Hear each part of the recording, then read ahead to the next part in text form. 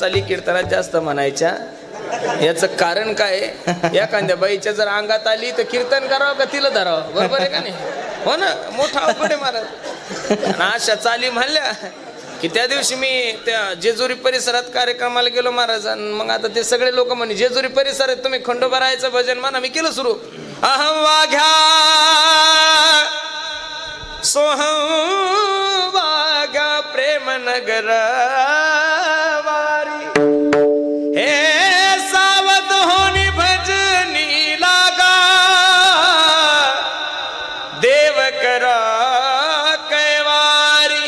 मल्हारी जिवारी माझ्या मल्हारी जिवारी, मल्हारी जिवारी माझ्या मल्हारी जिवारी, मल्हारी जिवारी माझ्या मल्हारी जिवारी, मल्हारी जिवारी माझ्या मल्हारी जिवारी, मल्हारी जिवारी माझ्या मल्हारी जिवारी माझ्या मल्हारी जिवारी, मल्हारी जिवारी माझ्या मल्हारी जिवारी, मल्हारी जिवारी माझ्या मल्हारी जिवारी, मल्हारी जिवारी माझ्या मल्हारी जिवारी, माझ्या मल्हारी जिवारी. माझी मल्हारीची वारी चालू होती. ती एक मल्हारी माझ्या समोरच आली ना. आहा आहा आहा, काय अवघड झालंय महाराज. मला तर काही कळतच नाही. काय बावळेपणा आहे हो ह्यो. खुशाल महिला मंडळी सांगतात की आमच्या अंगात देव येतो. अंगात आणि तुमच्या आणि देव. बर महाराज ती माझ्या समोर आहा आहा आहा, आणि तिचा नवरा तिला काय म्हणतो? जगदंबा शांत होय. मी त्याला म्हणलं बावळ्या बायको आहे ना ती, जगदंबा कसं म्हणतो तिला? येणार काय? अवघडच झालंय महाराज. अहो अंगात येणं म्हणजे नवरा ताब्यात ठेवण्याचं सर्वात मोठं साधन आहे महाराज. बरोबर आहे का?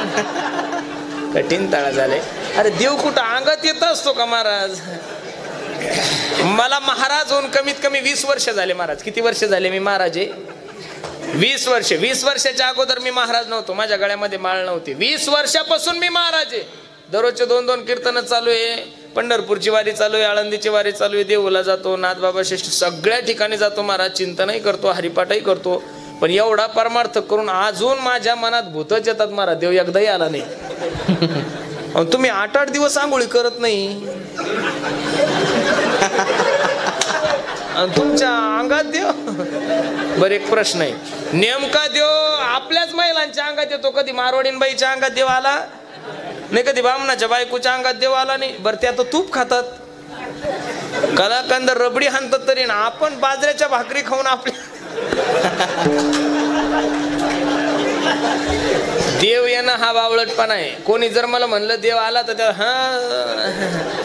अरे देव जर अंगात आला असतं तर नाथबाबानं कुठंतरी वर्णन केलं असतं, जनाबाईनं कुठंतरी वर्णन केलं असतं, मुक्ताबाईनं कुठंतरी वर्णन केलं असतं. खरं सांगू का, जे म्हणतात ना मला देवाचा साक्षात्कार झाला त्यांच्यासारखे बावळे दुसरे कोणीच नाही. ज्याला देवाचा साक्षात्कार होतो तो शिल्लकच राहत नाही, तो देवच होतो. देव पहावयासी गेलो ते देवाचे होणे. तुम्हाला एक छोटासा प्रश्न करतो मायबाप. एका माणसाने 15 क्विंटलाची मिठाची हत्तीन तयार केली. किती क्विंटलाची? 15 क्विंटलाची. आणि ती मिठाची हत्तीन समुद्रात सोडली. दादा किती वेळानं बाहेर येईल होती? येईल का? अरे मिठाची हत्तीन जर पाण्यात सोडली की ती पाणी स्वरूप होती ना हो दादा. बरोबर आहे का नाही? देव माणूस पाहायला गेला की माणूस देवच होतो, तो माणूस राहत नाही. काय गोड वर्णने ऐका. लाली मेरे लाल की अरे जित देखू उत लाल, मैं देखने गई लाल को मैं हो गई लाल लाल. बाबा देव पाहण्यासाठी गेलं की माणूस देवच होतो. म्हणून संसाराचा जो आनंद आहे त्याच्यापेक्षा 1000 पट माझ्या परमार्थाचा आनंद आहे. आणि त्या परमार्थाचा आनंद जर तुम्हाला घ्यायचा असेल तर पहिलं हे तुमचं जे मन आहे ते तुम्हाला भगवंताच्या चरणावर काय करावं लागेल? स्थिर करावं लागेल. ते तुमच्याकडून होणार नाही, त्याच्यासाठी तुम्हाला देवाची मदत घ्यावं लागेल. म्हणून देवा माझे मन लागो तुझे चरणी, संसार व्यसनी पडो निधी. महाराज नाथबाबाला पांडुरंगाने सांगितलं, देवा ओ नाथबाबा ठीक आहे, असं जर मी केलं तर तुम्ही करसाल काय? त्याचं उत्तर महाराज अभंगाच्या दुसऱ्या नामस्मरण घडो संत मागे.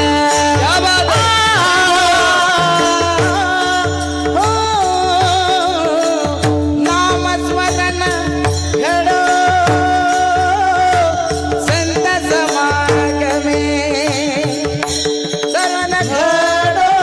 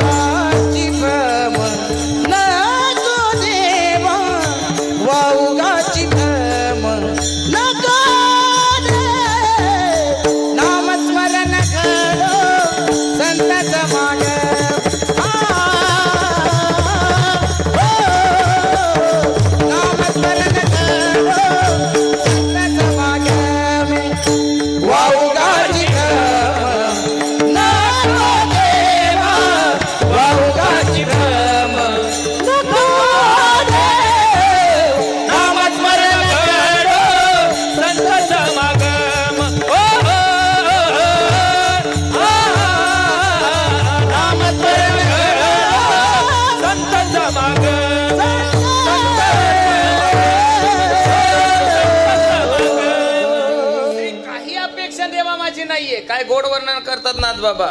नाम स्मरण घडो संत समागम वावकाची भ्रम नको देवा वावकाची भ्रम नको देवा. नाम स्मरण घडो संत समागम. देवा नामस्मरण घडो संत समागम. जीवनामध्ये नामस्मरण घडलं तरच देव मनावर विजय मिळत नव्हता दादा. आणि मनावर विजय मिळवण्यासाठी संत समागम ह्या दोन गोष्टीची खूप महत्वाला जीवनामध्ये गरज आहे. पहिली गोष्ट आहे नामस्मरण आणि दुसरी गोष्ट आहे संत समागम. जीवनामध्ये नाही तुम्हाला चांगल्या माणसाची संगत घडली तरी चालेल दादा. जीवनामध्ये वाईट माणसाची संगती करू नका.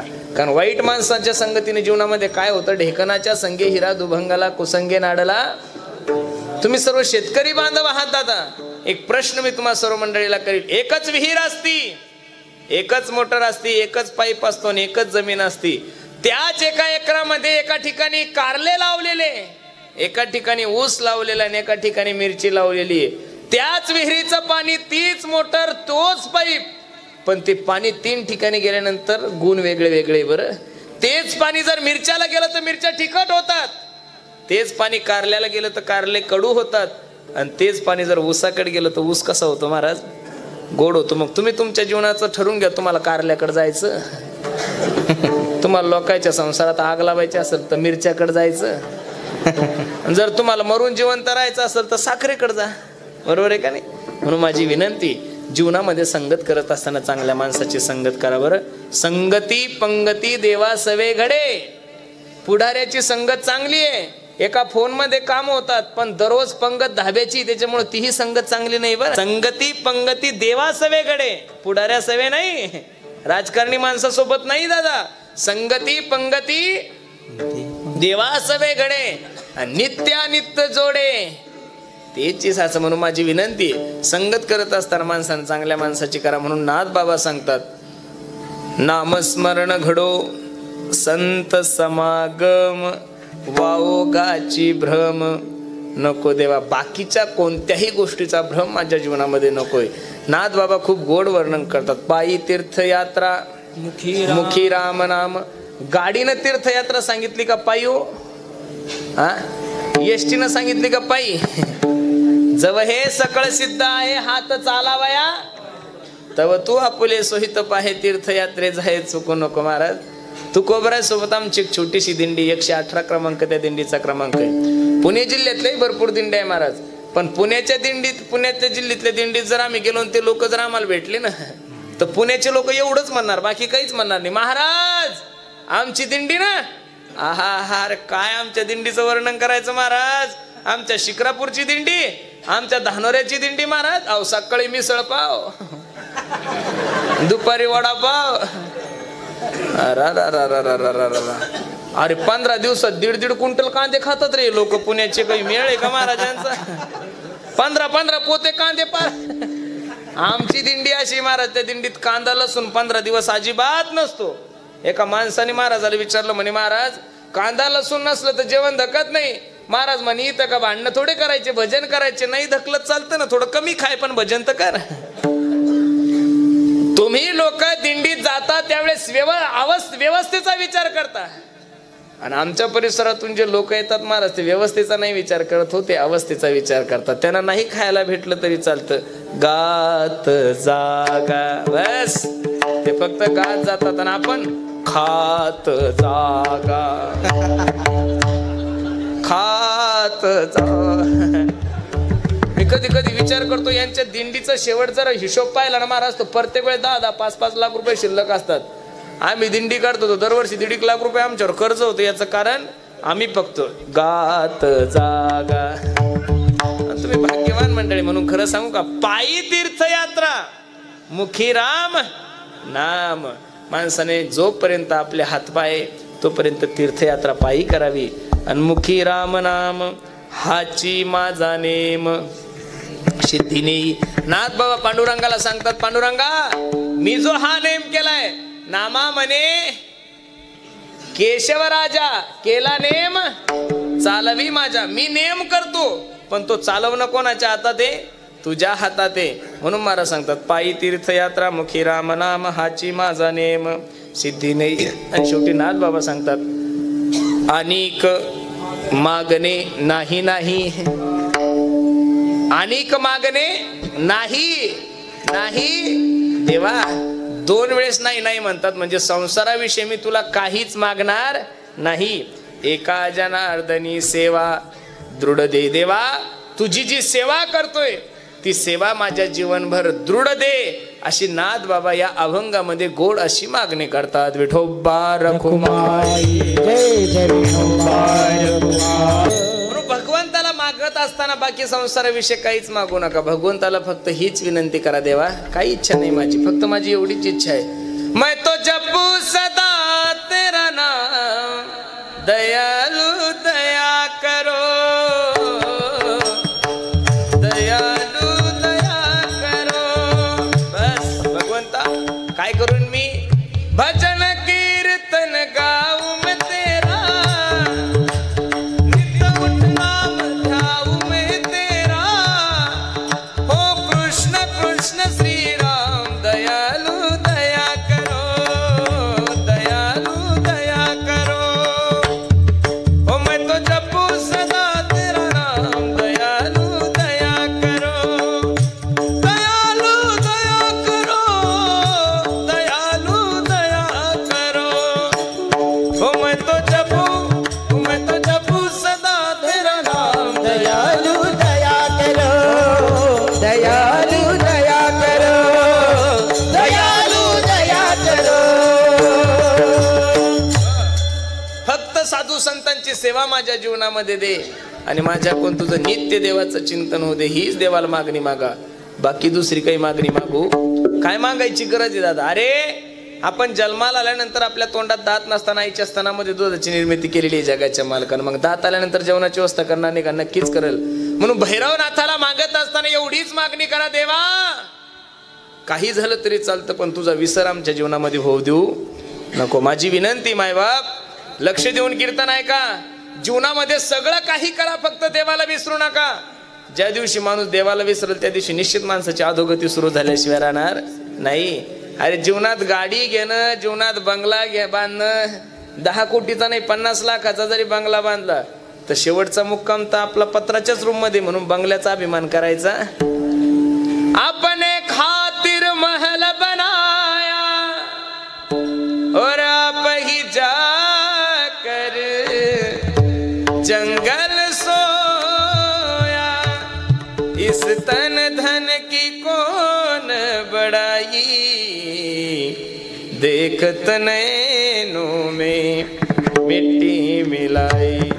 हवेली तुम्ही 150 कोटीची बांधा का 200 कोटीची बांधा पण तुमच्या हवेलीमध्ये नाही फुकणार बरं. तुम्हाला फुकणार पत्राच्या रूम मध्येचे. म्हणून अजिबात संसाराची काळजी करू. जिसे पाना था उसको तो खो दिया रे, जिसे पाना था उसको तो खो दिया, जिसे पाना था उसको तो खो दिया रे, जिसे पाना था उसको तो क्या किया क्या किया क्या किया रे, क्या किया क्या किया क्या किया रे. तूने जीवन गवा दिया, तूने जीवन गवा दिया, क्या किया रे. जिसे पाना था उसको खो दिया रे, जिसे पाना था उसको खो दिया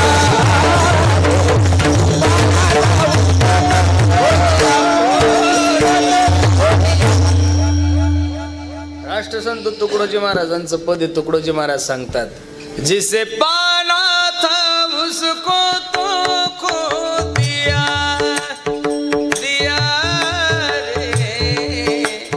ज्याच्यासाठी तुम्ही आलाय ते सगळं सोडून दिलं रिकामे काम करत बसला दादा. भजनासाठी दिलाय आणि तुम्ही भोजनच करत बसले. म्हणून माझी विनंती दादा एवढा सुंदर नर्तय तुमच्या माझ्या जीवनामध्ये प्राप्त झालाय ना. देला संसाराविषयी देवाला काहीच मागू नका. त्यांनी ऑलरेडी दिलंय ना महाराज. कशाला काळजी करता आपल्या पोरायची बायकायची. काहीच काळजी करू नका दादा. अरे तुम आम्हाला घर आहे, तुम आम्हाला जवळ पैसा आहे, तुम आम्हाला ज्ञान आहे. कुत्र्याला एका टायमाला 25-25 पिले होतात महाराज. किती पिले होतात? हा, कुत्र्याला एका टायमाला किती पिले होतात? तरी सुद्धा कुत्रा आपल्या मुलांचं संगोपन चांगलं करतं महाराज, बरोबर आहे का नाही? मग कुत्र्याला जर काही ज्ञान नसून तो आपल्या मुलांचा सांभाळ करत असेल तर आपल्याकडं तर सगळ्या गोष्टी आपण मुलांचा सांभाळ करतो, यात काही नवल नाही. मी खरं सांगू का, संसार होत असतो, परमार्थ करावा लागतो. तुम्हाला असं वाटतं तुमच्यामुळं होतं? अजिबात नाही. काही काही गावात गेले की लोक म्हणतात, महाराज आमचा धानुऱ्याचा सप्ताह आहे ना.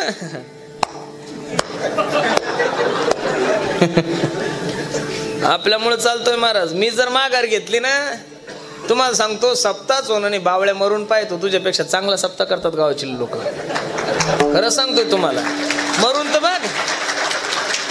असं समजूच नका का तुमच्यामुळे सप्ताह होतो. कोणा सांगितलंय तुम्हाला? अरे देवाचं काम आहे, देवाला करून घे. नाही दादा, मी जर आता कीर्तन करता करता लगे मेलो तरी काळजी करू नका. यातला कोणताही महाराज पेटा बांधून राहिलेलं कीर्तन पूर्ण करा.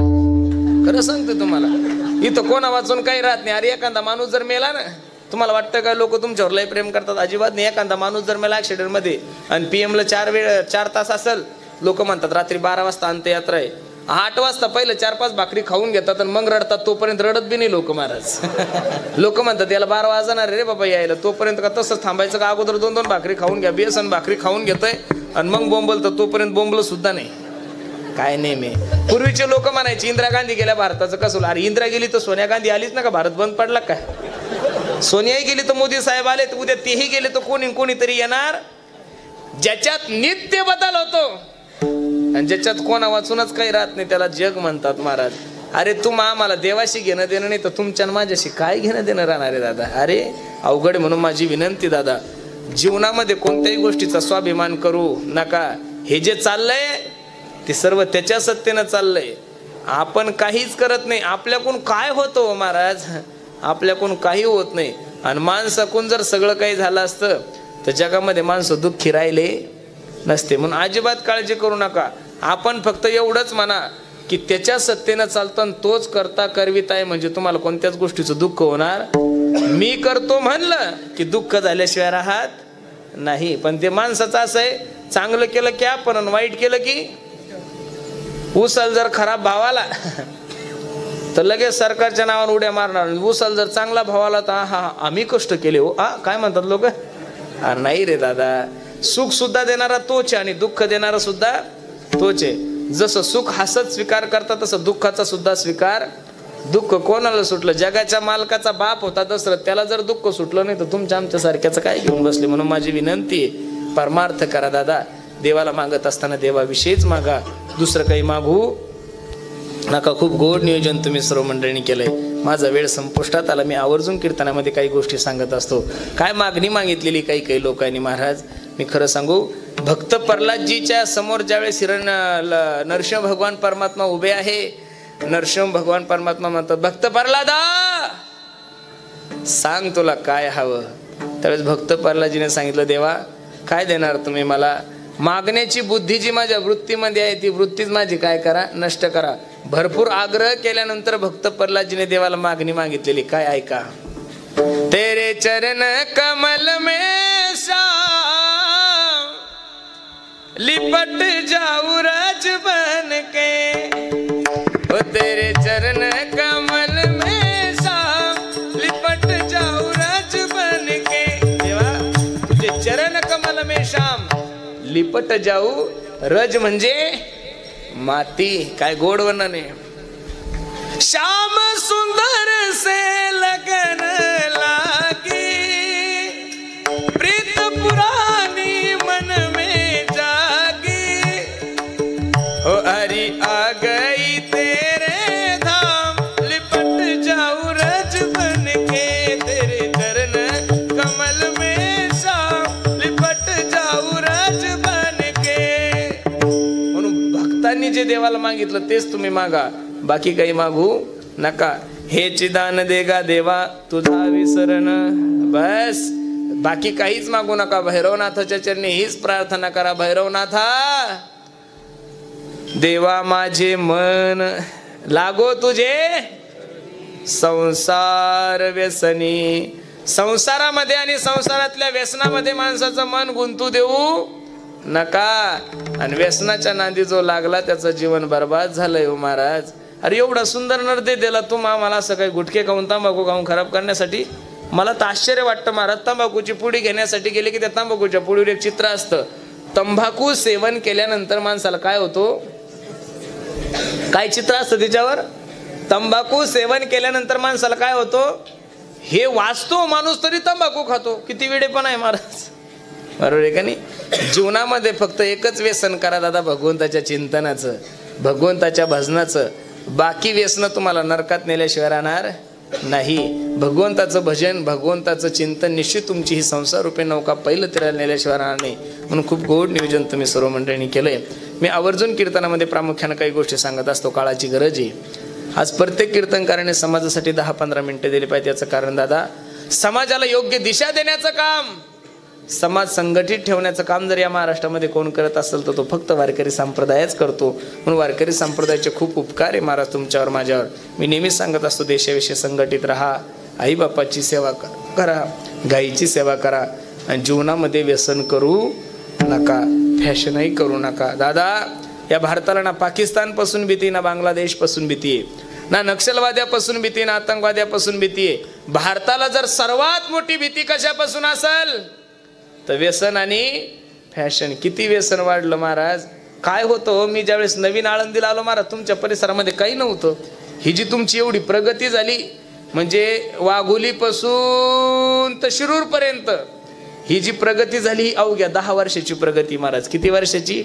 10 वर्षाची. 10 वर्षाच्या अगोदरी तर माणसं सुद्धा येत नव्हते महाराज, एवढे जंगल होते इकडं. बरोबर आहे का नाही. आता मुंग्यासारखे माणसं झाले महाराज. सगळे तुम्ही गुंठा मंत्री झाले. कोणते मंत्री झाले? कोणते मंत्री झाले? उपकार आहे तुमच्यावर MIDCचे. कशाचे उपकार आहे? MIDCचे. MIDC झाल्या म्हणून लोकांच्या जमिनीला काय आला? भाव आला दादा. पण देवानं तुम्हाला काय दिलेली आहे? संधी दिलेली आहे. त्या संधीचं सोनं जीवनामध्ये करून घ्या. माझी विनंती तुम्हाला, जीवनामध्ये व्यसन करू नका. 2 मिनिटं थांबा, 2 मिनिटं थोडं थांबा, वाटू नका. 5 मिनिटं थांबा, मी सांगतो. 5 मी आपण भजन घेऊ त्यावेळेस वाटा, तसं वाटू नका. जीवनामध्ये व्यसन करू नका. दारू गांजा मत पियारो अक्कल गुम हो जाते है, अपने पलो का दाम खर्च के मुंह में मिट्टी आती. दुसरी सर्वात महत्वाची गोष्ट, देशाविषयी संघटित राहा. कुठं चाललाय आपला देश? कुठं चाललोय जरा आपण विचार करा दादा.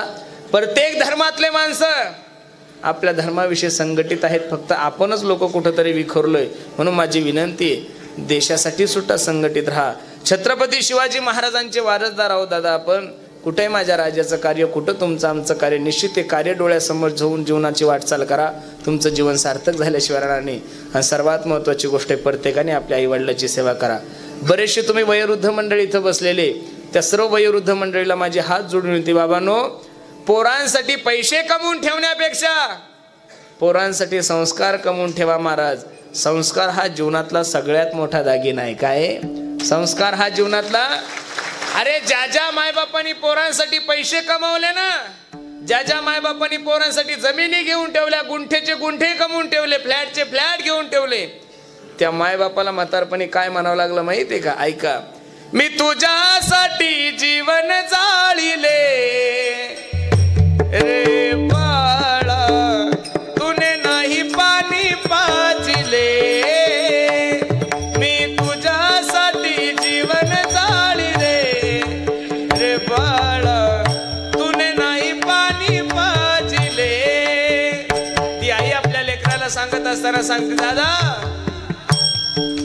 जिवंतपणी कधी पुसले नाही, आता कशाला म्हणतोस आई. आणली नाही कधी खाना मिठाई, डॉक्टर गोळी नाही कसली दवाई. मी तुला पाहून डोळे लाविले रे बाळा, तूने नाही पाणी पाजिले. ओ मी तुझ्यासाठी जीवन जाळिले रे बाळा, तूने नाही पाणी पाजिले. ही परिस्थिती म्हातारपणात तुमच्यावर येऊ नये असं वाटत असेल तर पोरांसाठी फक्त संस्कारच कमवा, पैसे कमवू नका. ज्यांनी ज्यांनी पैसे कमवले ते लटकते राहणारे. म्हातारपणात तुमच्याकडं कोणीच नाही. म्हातार पात म्हातारीकडं म्हातारी पाती. बैठ मेरे पास तुझे देखती रहू. हा ना. म्हातारा म्हातारीकडे टुळू टुळू पाहत ती त्याच्याकडे टुळू टुळू पाहते. ना नातू बोलतो ना नात बोलत ना सून बोलती ना लेक बोलतोय. अरे काय झालंय रे लोकांना दादा. पैशानं मोठे झालोय आपण पण विचाराची बैठक खूप खाली गेली महाराज. पूर्वी एकच रूम होती हो लोकां पण महाराज तिथलं वातावरण खूप चांगलं होतं. मगाशीच आमचा बंगल्यामध्ये विषय झाला. पूर्वी लोकांचं एकच घर होतं. लोकांना झोपायला जागा नव्हत्या पण सगळे लोक चांगले होते. आता एवढाले बंगले झाले लोकांचे की खालच्या मधल्यात चोरी झाली की त्याला वरच्या मधल्या 2 दिवसांनी कळतं. हो ना. एकाच घरामध्ये मुलीची रूम वेगळी मुलाची रूम वेगळी आईची रूम वेगळी बापाची रूम वेगळी. कसं जमल हो दादा. पूर्वी खूप चांगलं होतं. थोडं होतं पण महाराज सगळे एकत्रित होते हो. सायंकाळी जेवायच्या टायमाला सगळे लोक संगत जेवत होते महाराज. आता पोरगी आली की तिच्या रूम मध्ये ताट घेऊन जाते. पोरगा आला त्याच्या रूम मध्ये घेऊन जातं. बाप तर जेवूनच येतं. म्हणजे अवघड कार्यक्रम झाला महाराज. आता पहिल्यासारखं काही वातावरण राहिलं नाही. म्हणून माझी विनंती दादा मुलांना योग्य संस्कार द्या. योग्य संस्कार हा जीवनातला सगळ्यात मोठा दागिना आहे. म्हणून प्रत्येकाने आपल्या आई वडिलाची सेवा करा. मी नेहमी सांगतोय आई वडिलाचे खूप उपकार आहे दादा तुमच्यावर. किती उदाहरणं सांगायचे. दरवेळेसच मी कीर्तनात सांगतोय आई माझी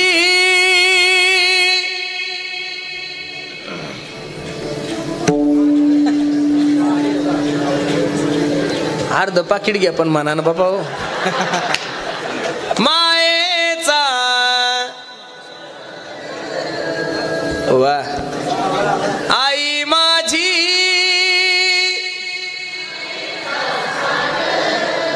दिला तिने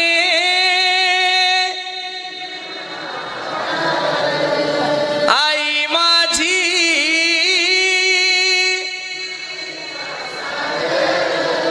दिला तिने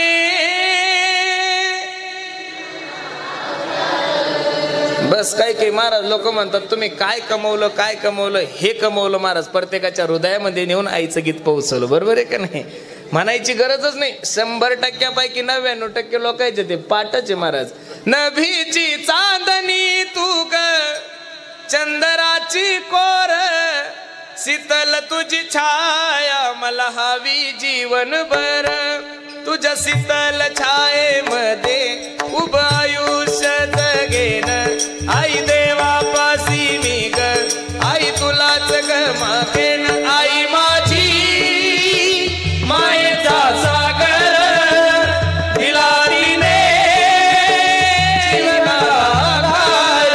मायेचा सागर जीवनाधार. मायेचा सागर जीवनाधार. आई माझी मायेचा सागर दिला तिने जीवनाला आकार. म्हणून खूप सुंदर माझी विनंती तुम्हाला प्रत्येकाने आपल्या आई वडिलाची सेवा करा. धर्माची सेवा करा. गायीची सेवा करा. आज आपल्या भैरवनाथाचा काय जन्म उत्सव आहे. काय आहे. आणि भैरवनाथ कोणाचे अवतार आहे. कोणाचे अवतार आहे. भैरवनाथ कोणाचे अवतार आहे. भगवान शंकराचे अवतार आहे महाराज. बरोबर आहे का नाही. म्हणून जयंती मला वाटतं जन्मोत्सवाला अजून 5 मिनिटं शिल्लक आहे. किती मिनिटं शिल्लक आहे. ते 5 मिनिटं सर्वांनी माझ्या पाठीमागे हाताने टाळी आणि मुखानं भगवंताचं भजन करायचं. खूप गोड आहे. नमः शिवाय.